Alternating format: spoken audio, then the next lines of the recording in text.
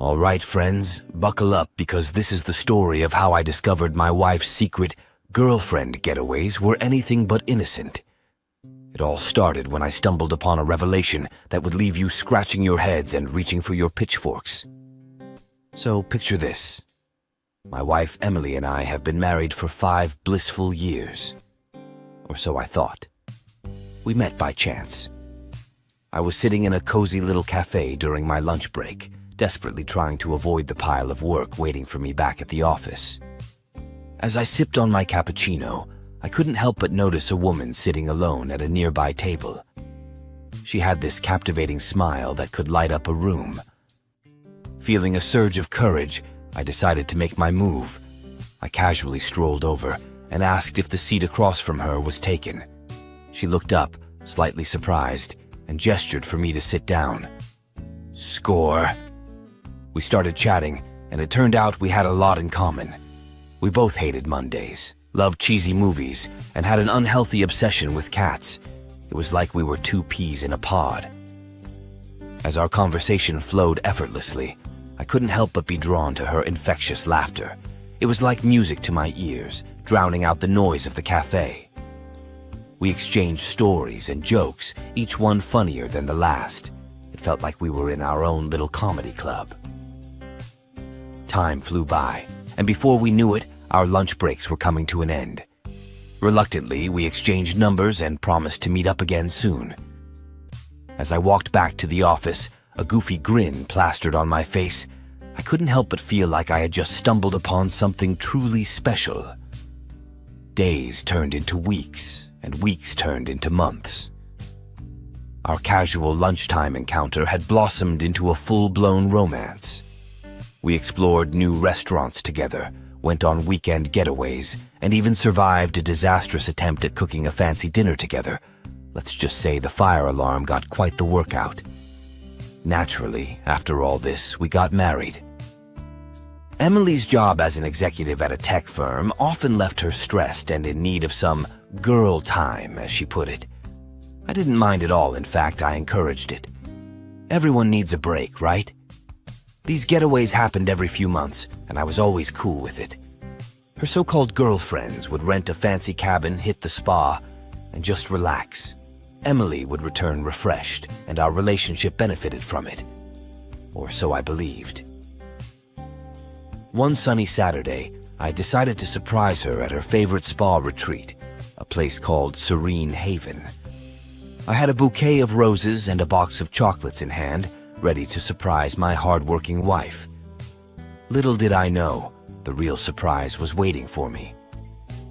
As I walked into the reception area of Serene Haven, I couldn't help but admire the posh surroundings. The marble floors, the soothing waterfall in the corner, and the impeccable service made it clear why Emily loved this place. I approached the receptionist, a young woman named Sarah, to inquire about Emily's whereabouts. "Hey there," I said with a smile. "I'm looking for my wife, Emily. She's here with her friends for a weekend getaway." Sarah looked up from her computer screen and gave me a polite smile. "Sure. Let me check for you. Can you please provide her last name?" "Of course, it's Anderson." Sarah's fingers danced across the keyboard, her eyebrows furrowing slightly. "I'm sorry, sir, but I don't have any record of an Emily Anderson staying here this weekend." My heart sank. I thought there must be some mistake. "Are you sure? She comes here regularly with her friends for these spa weekends." Sarah hesitated for a moment, then leaned in a bit closer, as if sharing a secret. "I don't want to get anyone in trouble, but there is an Emily who has been a frequent guest here. However, she always checks in alone, and she's registered under a different last name." I blinked, trying to process this information. "A different last name? Are you saying she's using a fake name?" Sarah nodded. "Yes, sir. She goes by Emily Mitchell. But please don't mention I told you this. We value our guests' privacy." My mind was racing. Why would Emily use a fake name? And why was she coming here alone when she always claimed to be with her girlfriends? "I won't say a word," I assured her, my voice trembling. As I left the spa, I couldn't shake the feeling that something was terribly wrong. Emily had some explaining to do, and I was determined to get to the bottom of this mystery. Little did I know that my journey for the truth would lead me down a path of unexpected twists and turns. After my jaw hit the floor at the hotel receptionist's revelation, I needed to do some major sleuthing. If my wife Emily was sneaking around behind my back, I needed to know the full extent of her devious plan. Revenge, after all, required precise information. I slipped out of the hotel, leaving the poor receptionist baffled and bewildered. It was clear that Emily wasn't here for a girls' weekend, at least not in the traditional sense. I couldn't just confront her without all the facts, though. I needed to gather evidence like a seasoned detective. Back at home, I started my covert operation. I dusted off my old laptop, logged into my trusty social media accounts, and fired up my amateur detective skills. First stop, Emily's Facebook profile. I scrolled through her posts, looking for any suspicious activity. That's when I found it, a group chat with her so-called girlfriends. The conversation was filled with emojis, inside jokes, and laugh-out-loud anecdotes about their wild weekend adventures. But it was all a facade. The timestamps on the messages told a different story. Emily had been typing away furiously during the time she was supposedly out with her friends. My heart sank as I read messages like, "I can't believe we're getting away with this," and "He'll never suspect a thing." It was crystal clear that my wife was orchestrating an elaborate ruse, and her friends were in on it. But the burning question remained. What was the purpose of this charade? Why would she go to such lengths to deceive me? I needed more information. I knew I couldn't tackle this mission alone, so I reached out to my trusty sidekick and best friend, Mike. He was a tech whiz and had a knack for digging up digital dirt. We met up at our favorite coffee shop, and I spilled the beans on the bizarre situation. "Mike, you won't believe what's happening," I whispered, leaning in closer as if we were in some spy thriller. I recounted the entire hotel receptionist saga and showed him the incriminating chat messages. Mike's eyes widened as he absorbed the details. "This is some next-level deception, buddy," he said, shaking his head in disbelief. "But we can get to the bottom of this. We just need to be one step ahead of her." We hatched a plan to set up a fake business trip of my own, complete with fabricated messages and meetings. If Emily thought she could outwit me, she had another thing coming. It was time to turn the tables and unleash my own web of deceit. Revenge was a dish best served cold, and I was about to make it ice cold. As I typed out fake emails and sent bogus text messages to my unsuspecting wife, I couldn't help but smirk. Emily had underestimated me, but I was about to show her that two could play this game. Little did she know, the husband she thought she knew was about to become her worst nightmare. The stage was set, and my plan was in motion. I embarked on my so-called business trip, leaving Emily behind with a web of deceit so intricate, even I had trouble keeping track of it all. The key to my revenge lay in convincing her that I was away for an extended period, far from her prying eyes. I checked into a nearby hotel and sent her occasional messages about my meetings and work dinners. Meanwhile, Mike and I continued our covert operation, gathering more evidence about Emily's shady activities. We started by following her every move, discreetly of course. Mike used his tech wizardry to install a tracking app on her phone without her knowledge. We watched in real time as she met up with her supposed girlfriends, all while I was miles away, attending my fabricated business meetings. It was during one of these clandestine stakeouts that we stumbled upon something that sent shivers down my spine. Emily and her friends weren't just going for spa days and brunches. No, they were headed to a casino, and it wasn't for the slot machines. I watched as Emily entered the lavish establishment with a group of women, dressed to the nines. The glitzy casino was a far cry from the innocent girls' weekend she had portrayed it as. This wasn't about spending quality time with friends. It was about indulging in a secret life of extravagance and thrill-seeking.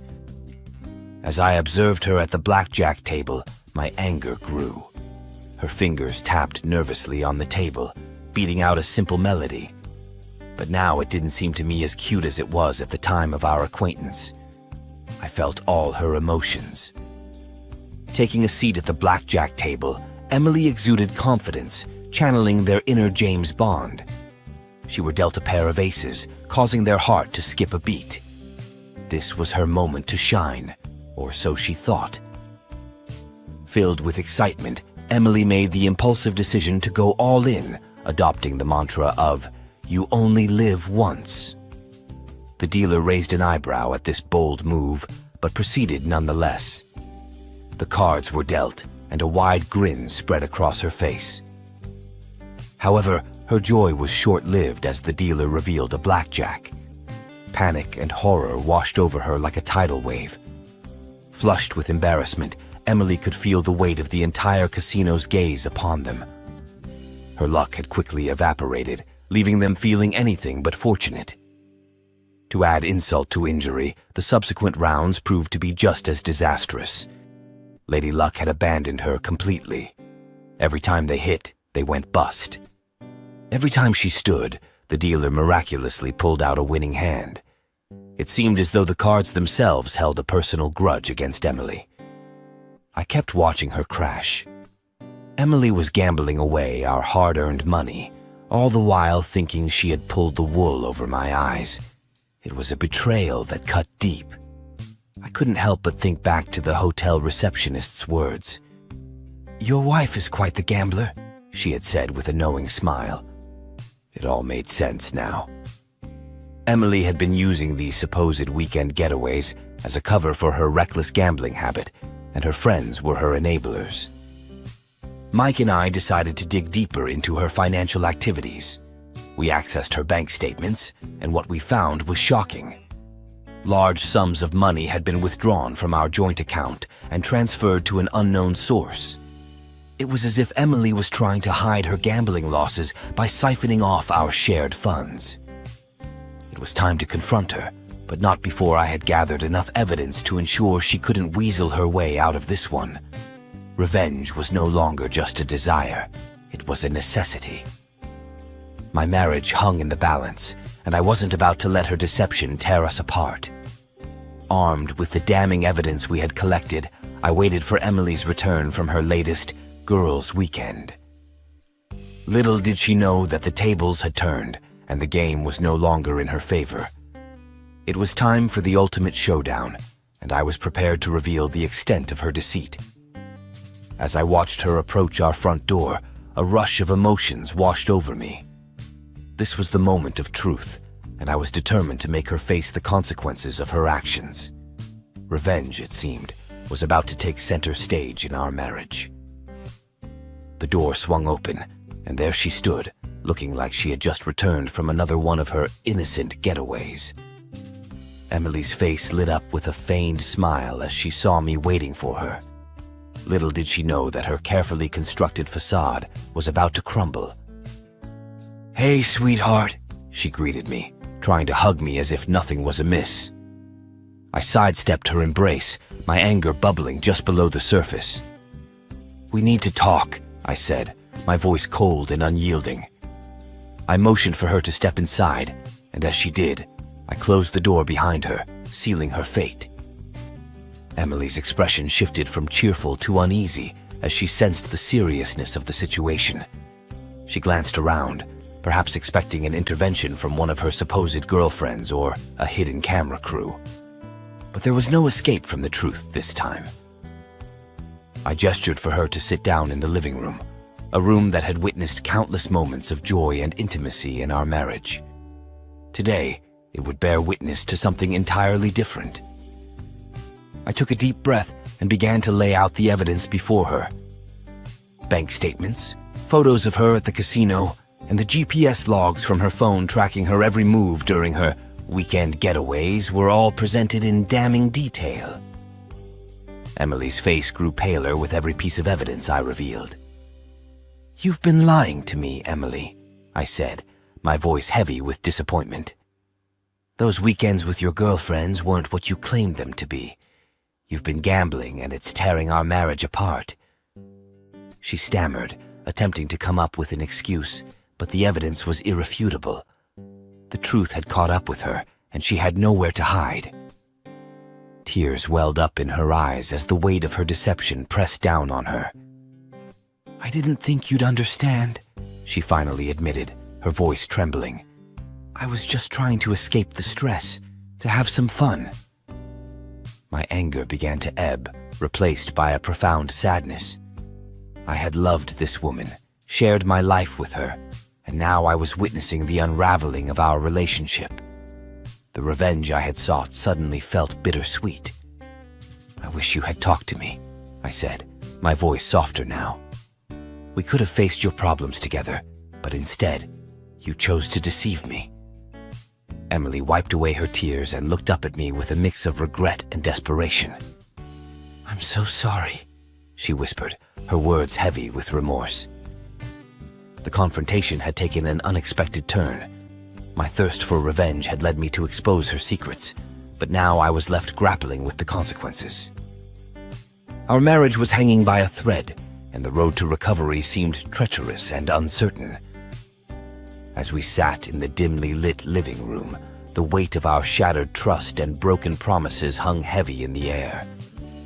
The battle for revenge had left scars on both of us, scars that would take time and effort to heal.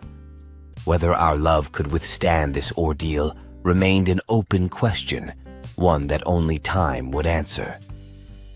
The days following that tumultuous confrontation were some of the most challenging of our marriage. Emily and I faced each other with a mixture of anger, disappointment, and regret. Our home, once a sanctuary of love and understanding, felt like a battleground of emotions. We decided to seek professional help to salvage what remained of our relationship. Our therapist helped us navigate the treacherous waters of trust, communication, and forgiveness. It was a painful process, but gradually we began to rebuild the shattered pieces of our marriage. Emily took steps to address her gambling addiction, attending support groups and therapy sessions to confront the underlying issues that had driven her to deceive me. It wasn't easy, but I saw genuine remorse in her eyes, and that gave me hope. As for my quest for revenge, I realized that it had been a double-edged sword. Yes, it had exposed Emily's deception, but it had also nearly destroyed our marriage. I learned that revenge could be a destructive force, one that consumed not only its target, but also the one seeking it. Over time, as we worked on healing and rebuilding trust, I found it in my heart to forgive Emily. It wasn't a quick or easy process, but forgiveness was the only path forward if we wanted to salvage our relationship. One evening, as we sat on our porch watching the sunset, I took Emily's hand in mine. "We've been through a lot," I said, my voice soft and filled with emotion. "But I believe in second chances. I believe in us." Tears welled up in Emily's eyes as she squeezed my hand. "I love you," she whispered, her voice trembling. "And I'm so sorry for what I've put you through." We leaned in and shared a kiss filled with the promise of a fresh start. It was a moment of redemption, a moment where we chose to let go of the past and embrace the future together. Our journey wasn't without its challenges, but as the weeks turned into months, our love grew stronger. We rebuilt our marriage on a foundation of honesty, trust, and open communication. The scars of our past were a constant reminder of the price we had paid, but they also served as a testament to our resilience. Revenge had led me down a dark path, but it had ultimately brought us to a place of forgiveness and redemption. Our love had weathered the storm, emerging stronger than ever before. And as we sat on our porch, hand in hand, watching the stars twinkle in the night sky, I couldn't help but believe that sometimes, even the darkest moments could lead to a brighter future.